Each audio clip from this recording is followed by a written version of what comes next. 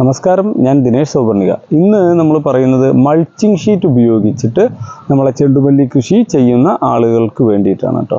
അപ്പോൾ mulching sheet ഉപയോഗിച്ച് ചെയ്യുക എന്ന് പറഞ്ഞത് നമുക്ക് ഒരു വരമ്പ് ഉണ്ടാക്കിയിട്ട്, ഇപ്പോൾ നമുക്കിവിടെ കാണിച്ചു തരാനൊന്നുമില്ല, ഇതിൻ്റെ ഒരു അവയർനെസ് ആണ്.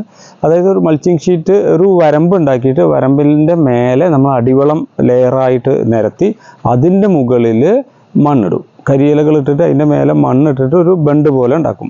ആ ബണ്ടിൽ മുഴുവനായിട്ട് കവർ ചെയ്യുന്ന തരത്തിൽ ഒരു പ്ലാസ്റ്റിക് എന്ന് പറയാം, പ്ലാസ്റ്റിക് മെറ്റീരിയലിൻ്റെ ഈ നമ്മളെ കുടലൊക്കെ തുണി പോലത്തെ ഒരു തരം തുണി, അതിൻ്റെ പ്ലാസ്റ്റിക്കിന്, നൈലോൺ അല്ല പ്ലാസ്റ്റിക് തന്നെ, ആ ഷീറ്റ് വിരിച്ചിടുകയാണ്.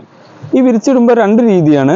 നമ്മൾ കൊടുത്ത വളം ഒന്നും അതിൽ നഷ്ടമാവുന്നില്ല എന്നും, രണ്ടാമത് അതിലേക്ക് കളകളൊന്നും പൊന്തുന്നില്ല എന്നാണ് ഈ മൾച്ചിങ് ഷീറ്റ്. ഈ മൾച്ചിങ് ഷീറ്റ് ഇട്ടതിന് ശേഷം എവിടെയാണോ ചെടി വയ്ക്കാൻ ഉദ്ദേശിക്കുന്നത് ആ സ്ഥലങ്ങളിൽ ഒരു പൈപ്പ് മൂർച്ചയുള്ള അറ്റം ഇതാക്കിയിട്ടുള്ള മൂർച്ചയാക്കിയിട്ടുള്ള ഒരു പൈപ്പോ ചൂടാക്കി എന്തെങ്കിലും സാധനം ഉപയോഗിച്ചിട്ട് ഹോളുകൾ ക്രിയേറ്റ് ചെയ്യും. അതിൻ്റെ ഉള്ളിലേക്ക് തൈ ഇറക്കി വളം ഒക്കെ ബണ്ടിൽ മുഴുവനായിട്ട് വളർത്തുണ്ടാവും. അതിൽ ഈ തൈ ഇറക്കി വെച്ചിട്ട് അതിന് ചുറ്റും കുറച്ച് പൊടി വളം ഇട്ട് കൊടുത്തിട്ടാണ് ചെയ്യുക. അതിൽ നനയ്ക്കാൻ ചെയ്യുന്ന ആളുകൾ രണ്ട് രീതിയിൽ ചെയ്യാറുണ്ട്.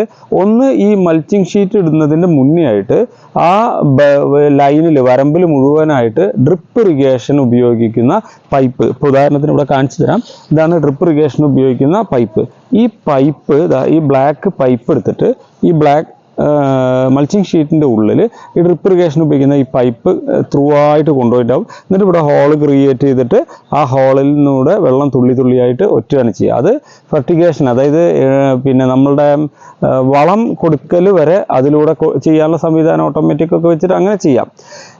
അത് ഡ്രിപ്പ് ചെയ്യുന്ന ആളുകൾക്ക്. ഡ്രിപ്പ് ചെയ്യാതെ മൾച്ചിങ് ചെയ്യുന്ന ആളുകൾക്ക് ഒരു ചെറിയ ബുദ്ധിമുട്ട് വരും. എന്താ വെച്ചാൽ, നമ്മൾ ഈ മൾച്ചിങ് ഷീറ്റിൻ്റെ ലൈനിൻ്റെ ആ ഒരു ഇടയിലൊരു ഹോൾ ഉണ്ടാക്കിയിട്ട് അതിലേക്കാണല്ലോ നമ്മൾ ഈ തൈ ഇറക്കി വയ്ക്കുക.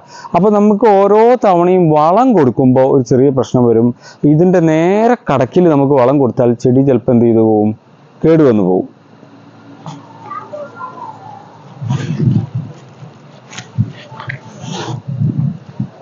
ചെടി കേടുവന്നു പോകാൻ സാധ്യതയുണ്ട്. അപ്പോൾ അതുകൊണ്ട് എന്ത് ചെയ്യേണ്ടി വരും വെച്ചാൽ, ഈ ചെടിയുടെ കടയുടെ ഭാഗത്ത് നിന്നും ഒരു 10-15 സെൻറ്റിമീറ്റർ വിട്ടിട്ട് രണ്ട് ഹോള് ഇതേപോലെ ഹോള് ഉണ്ടാക്കിയതിന് ശേഷം അതിലൂടെ ലിക്വിഡ് ഫെർട്ടിലൈസർ ഒഴിച്ചു കൊടുക്കണം. അപ്പോൾ നമുക്ക് ആ ഒരു ചെടി വെക്കാനുള്ള ഒരു ചെറിയ ഹോളും സൈഡ് 2 ഹോളും കൊടുത്തു കഴിഞ്ഞാൽ നമുക്ക് അതിലൂടെ ഒഴിച്ചു കൊടുക്കാം. പക്ഷെ പൊടിവളം ഇടാൻ പറ്റില്ല. പൊടിവളം ഇടുകയാണെങ്കിൽ തന്നെ നേരെ കടക്കിലല്ലേ ഇടാൻ പറ്റുള്ളൂ. അങ്ങനെ ഒരു ബുദ്ധിമുട്ടുണ്ട്. പക്ഷെ അപ്പോൾ മൾച്ചിങ് ഷീറ്റ് വിട്ട് ചെയ്യുന്ന ആൾക്കാർ ബേസായിട്ട് അടിവളം തന്നെ അത്യാവശ്യം നല്ല തോതിൽ കൊടുക്കും.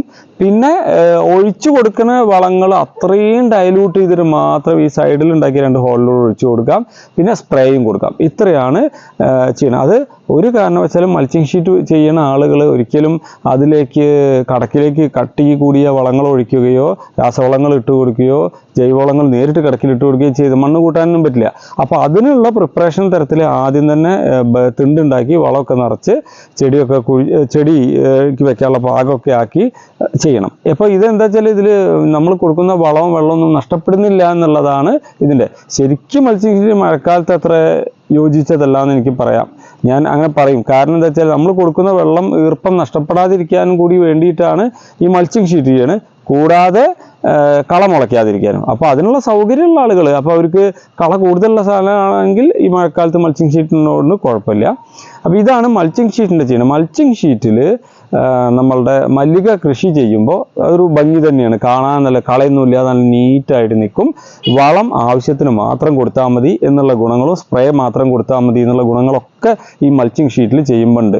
പിന്നെ അതേപോലെ ഞാൻ പറഞ്ഞു, അതിൻ്റെ കടക്കിലേക്ക് വളം കൊടുക്കുമ്പോൾ മാത്രമാണ് നമുക്ക് ഈ സൈഡിൽ ഹോള് ഉണ്ടാക്കിയിട്ട് അതിലേക്ക് ഒഴിച്ചു കൊടുക്കുക. ലിക്വിഡായിട്ടേ നമുക്കിത് നടുമ്പുള്ള വളം കഴിഞ്ഞതിൻ്റെ ശേഷമുള്ള ലിക്വിഡായിട്ടേ കൊടുക്കാൻ പറ്റുള്ളൂ. അപ്പോൾ മൾച്ചിങ് ഷീറ്റ് ഉപയോഗിച്ച് ചെയ്യുന്ന ആളുകൾ വീഡിയോ ഒന്ന് ശ്രദ്ധിക്കുക. വീഡിയോ ഇഷ്ടപ്പെട്ടിട്ടുണ്ടെങ്കിൽ കമൻറ്റ് ചെയ്യുക, നിങ്ങളുടെ സുഹൃത്തുക്കളുടെ അടുത്തേക്ക് ഷെയർ ചെയ്ത് കൊടുക്കുക. Thank you.